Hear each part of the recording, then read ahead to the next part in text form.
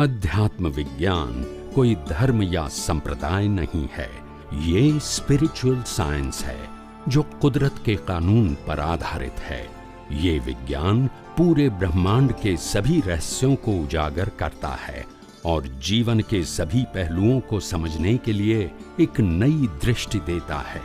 इसी को art of vision कहते हैं, दुनिया को देखने की एक नई दृष्टि, जो अध्यात्म विज्ञानी परम पूज्य स्वामी श्री कमलेशानंद जी के निर्देशन में सनातन सत्य का अनुसंधान कर हमारे जीवन को प्रकाशित करे।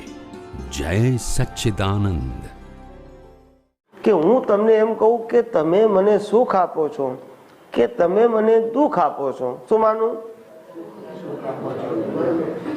पण तमे आपनारा छो ज नहीं, आ तो हिसाब छे। શું છે? એટલે મારે પોતાએ ગુરુત્તમ થવાનું નથી। શું થવાનું નથી? આ બંને પૂતગલના હિસાબોની ચૂકવણી છે, પેમેન્ટ છે, સેટલમેન્ટ બંને હિસાબોની। પણ આપણે સામીવાદ પ્રકૃતિથી મોટા થવા જઈએ તો બંધન આવે, મોટા થવા જઈએ તો શું થાય? છે નહીં। આપણે પ્રકૃતિએ કરીને જીવ માત્ર TOPS સ્ટોપ્સ છે, ભમરડા। શું છે? એ કોઈ દિવસ સ્વતંત્ર હોઈ શકે નહીં। લાગે ખરા? શું કીધું? લાગે ખરા। નીચે ભમેડો ફરતો હોય ને તો એને શું લાગે? હું કેવો મારી સ્વતંત્ર શક્તિથી ફરું છું, પણ ઝાડ ફેરવી ના હોય તો બોલતા નથી બધા। પણ એ વખતે ઝાડ છે, બોલો, તે કેવું ફરે છે? કે છે હું કેવું? એવું આ મન વચન કાયા એ કર્મની ઝાડથી ફરે છે, પણ ઝાડ દેખાતી, કારણ કે વિટાલી ગયા અવતારમાં છે, આ અવતારમાં તો ઉકલે છે। શું છે? તો કેમ નહીં દેખાય? હવે આપણે એક્ઝામ આપી હતી, એ પેપર તો વ્યવસ્થિત પાસે ગયું, હવે તો રિઝલ્ટ આપે છે। શું આપે છે? એટલે આપણને દેખાતું નથી। ત્યારે જ્ઞાની કહે છે જવાબ ઉપરથી રકમ ખોળો। વાંકો ભેગો થયો ત્યારથી સમજો કે હિસાબ કેવો બાંધ્યો હતો। આપણે એની ભૂલ કાઢીએ છીએ કે આવો કેમ ભેગો થયો, એટલે ભેગો થયો ત્યારથી સમજ્યા ને કેવું બાંધ્યું હતું। અમે કે રસ્તામાં સીધા જતા હતા, કોઈ માથા ઉકળતા તોય સામેથી ફટકાયો કે છે, પણ આવ્યો કેમ? એને કાગળ લખ્યો હતો, SMS કર્યો હતો, તો કેમ આવ્યો? ત્યારથી એમ જોવાનું કે આપણે ચિત્રું હતું કેવું। હવે કે છે કે આપણે ભટકાવાનો હિસાબ અને બાંધતા આવીશું, એવું તો કેવી રીતે બને?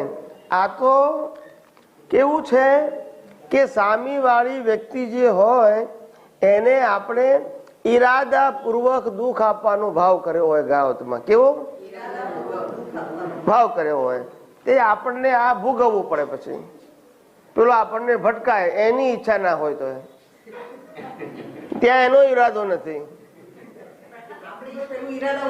હા, એટલે તમારો હિસાબ અહીંયા પૂરો થાય। દાદા કહે છે કે રાગે કહેલું દ્વેષે ભોગવવું પડશે, તે આવું। હા, આપણો હિસાબ છે એટલે પેલો ભટકાયો। હવે કે છે પેલો ભટકાયો એનો શું હિસાબ? પણ આપણો તો હિસાબ બરાબર છે, પેલાનો શું હિસાબ થાય ને? તમે પૂછતા નથી એટલે હું જાતે પૂછું છું પછી, કારણ કે મારે તમને વિજ્ઞાન કેવું છે, મારે હાજિયા નથી કરાવી। એટલે એક એક કોયડાનો જવાબ હોવો જ જોઈએ, અધરતાલ વાત ના હોવી જોઈએ કે પેલાનો શું હિસાબ? તો કે પેલાનો એ હિસાબ કે ભાઈ આ વ્યક્તિને મારે સિદ્ધિ કરવી છે। શું છે? કોઈ પણ કારણસર, એ કાળમાં જે સંજોગ બન્યા હોય તેના કારણે, બહુ રોપ પાડતા હોય, બહુ અહંકાર કરતા હોય, પણ એ ભાવમાં તો કશું ના થયું હોય, તે બીજ પાડે, શું પાડે?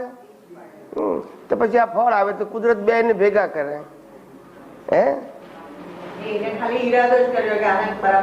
હા, આ બધો ભાવની માયાજાળ છે બધી। કેવી છે? ક્રિયાની નથી। ક્રિયાને માયાજાળ કહેવાતી જ નથી। આ તો માની બેઠા છીએ આપણે, આ તો બધી ભાવની માયાજાળ છે બધી।